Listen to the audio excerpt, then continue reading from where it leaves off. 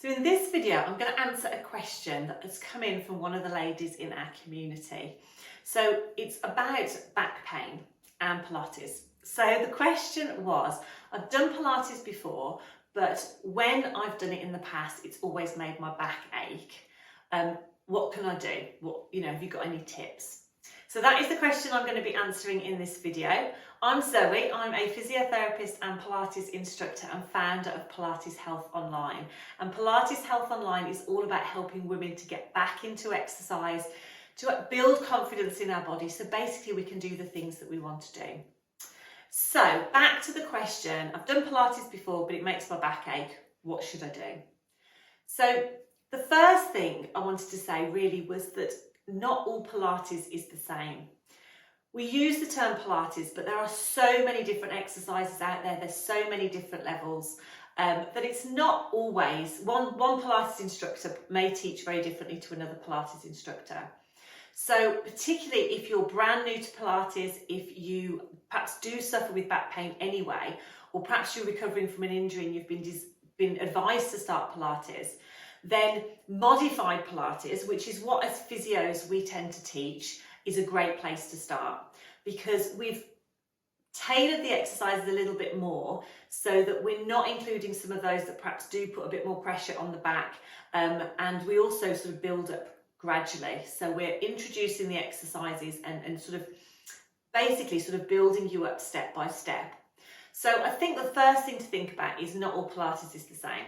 And you probably know that if you go to YouTube and you Google Pilates, you're going to get so many different answers and different exercises. So you want to definitely start with the basics. So that's my tip 2. Start with the basics and build up gradually. I know that sounds daft and it sounds obvious, but as I say, when you go and Google Pilates, you're going to get lots of different exercises, and some of them to look at don't actually look that challenging, but then when you're doing them, actually they're working the body quite hard.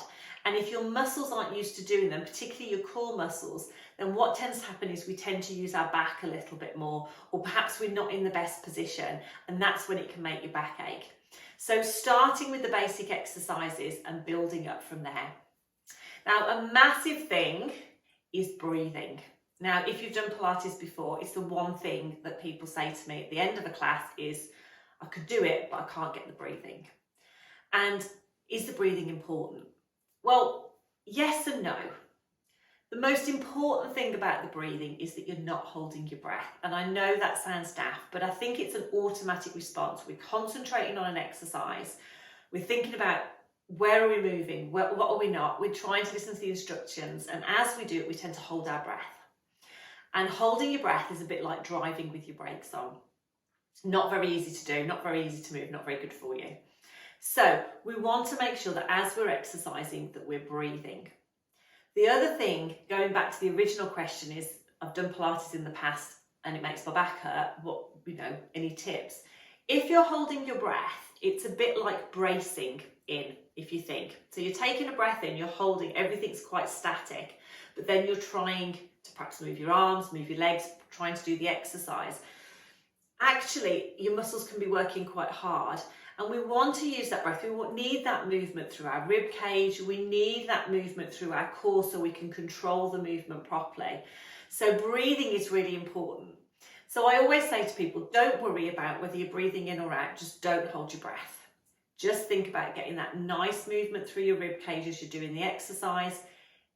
Ideally, we'll tell you to sort of think about breathing out as you're doing the harder part of the exercise, because that helps to engage the core, and breathing in as you're perhaps coming back, or the slightly easier part of the exercise. So generally a rule of thumb, we're getting you to breathe out as you're doing the harder part, because that helps to engage your core, and our diaphragm and our pelvic floor work together as well. So tip number 2, or perhaps number 3, is make sure that you're breathing while you're doing the exercise, and really pay attention to your breathing. And that's why it's better to start with some of the basic exercises that might look quite easy, but if you can get the movements, if you can get the breathing going, and you can keep in a good position, you're going to get the right muscles working, and you're actually going to get more support for your back. You're actually going to get that little bit more engagement automatically through your core, which is at the end of the day what we want. We want those muscles working automatically in our everyday life, and actually you're less likely to have that bracing effect.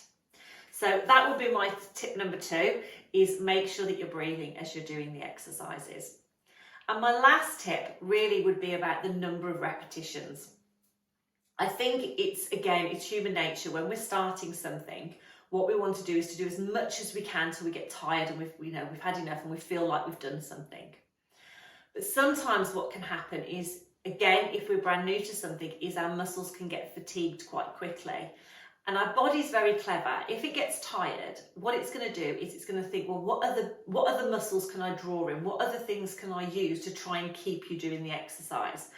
So, for example, if you're doing an exercise for the legs and your legs start to get tired, you might start to use the muscles around your back, or if your core muscles start to get tired, your back muscles are going to kick in to try and keep you in that position.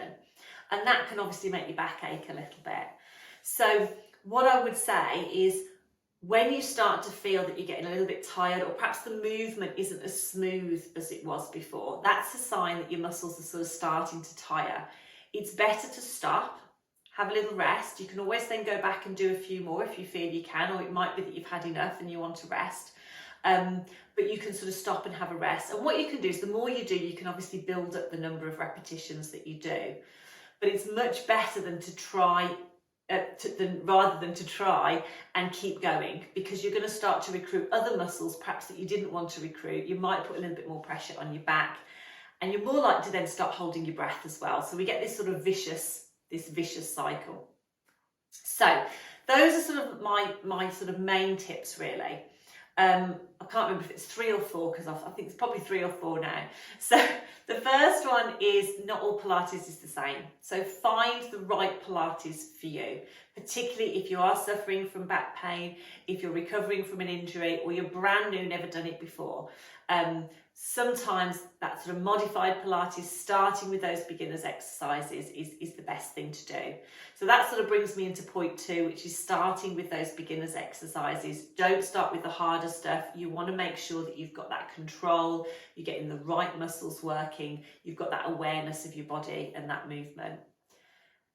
Number 3 is breathing as you're doing the exercises. So think about your breathing. Make sure you're not holding your breath, keeping in that good position so you're not getting that sort of bracing effect. And then the last one is building up the number of repetitions gradually. So you're not working till you're getting really, really tired and you're feeling sort of that fatigue. When you start to notice that perhaps you can't control the movement as well, perhaps it's not as smooth, maybe you feel like you're starting to want to hold your breath, that's the time to stop and rest. Then again, you can go back and do a few more, or it might be that you've had enough. But all those things are going to make the right muscles work at the right time, and it's not going to put that pressure on your lower back. And then obviously you can build up from there when you've got used to those movements. But that's the biggest thing I see, is that people trying to perhaps do too much too soon, or maybe holding their breath, and then obviously sometimes it can put that little bit of pressure on your back and end up your back aching afterwards, which is not what we want. We don't want you to feel like your back hurts after you've done a Pilates session. So I hope that is helpful. There are lots of exercises as well that you can do to sort of loosen off the lower back, to work on your control.